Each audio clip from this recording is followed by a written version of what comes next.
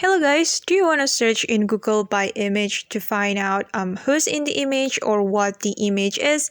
Don't worry guys, we've got you covered. Today I'm going to show you how we can search in Google using image or picture.